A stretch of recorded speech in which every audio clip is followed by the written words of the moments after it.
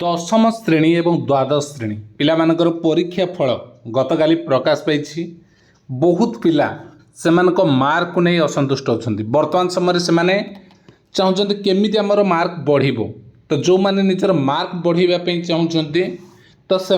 Video को शेष पर्यटन देखूँ डिटेल्स जानीपर। तो दशम श्रेणी आ प्लस टू दशम और प्लस टू पिला जो मानकर मार्क कमी जाइए निजर मार्क बढ़ाई चाहते तो से मार्क बढ़ी पार केमी बढ़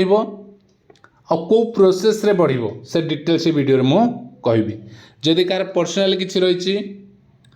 तुम मैंने जापार तो देख आम डिस्क्रिप्शन बॉक्स अच्छे इंस्टाग्राम आईडी जोटा एसआर एजुकेशन तुम्हें से मत मेसेज भी कर ठीक अच्छे। तो देख कौन रही जेहेतु परीक्षा फल प्रकाश पाई बहुत जन खुशी अच्छा बहुत जन मन दुख अच्छी कि आमर रिजल्ट खराब है। तो प्रथम प्लस टू पिला कहूँ देख प्लस टू पिला माने जो माने जुक्त दुई रे पुनः मूल्यांकन कर रिचेकिंग अप्लाई करेंगे जून 1 रु आवेदन आरंभ केबेठु आरंभ करेंगे ना जून 1 रु ऑनलाइन आवेदन करेंगे मार्क से बढ़ी पार। तो जुक्त दुई रे परीक्षा फल प्रकाश पाई तब जो परीक्षार्थी माने चाहिए उत्तर खाता पुनः मूल्यांकन आवेदन करेंगे रिपीटली मगई पारे उत्तर खाता एने जून 1 सुधा विज्ञप्ति प्रकाश पाइब बोली उच्च माध्यमिक शिक्षा परिषद पक्ष सूचना दी जाए।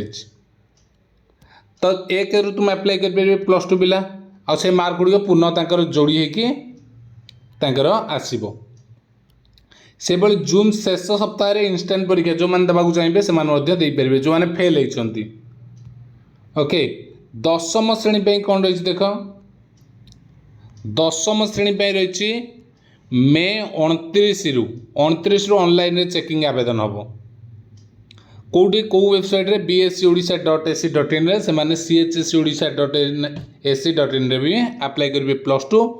10th पिला से जो खाता कौ सब्जेक्ट अप्लाई कर कौन कर से विषय डिटेल्स तुमको केते जापर ना तुम कौ पेपर मार्क कमी कौ सब्जेक्ट रे आ तुम्हें केमी आंसर देथिल से सब गुड़ा तुमको एनालाइसिस करके तुमको अप्लाई करेंगे पड़ो रिचेक तुम कह मोर मार्क कमी मुझे सबुतक विषय अप्लाई करदेवी मोर बढ़ ना सेमती हुए नहीं ठीक अच्छे। तुम्हें केमी कौन अप्लाई कर डिटेल्स जापारुन तो इंस्टाग्राम आईडी दिखाई एसआर एजुकेशन तुमने से मत मेसेज कर ओके डिस्क्रिप्शन बॉक्स अच्छी तुमने कांटेक्ट कर ओके थैंक यू।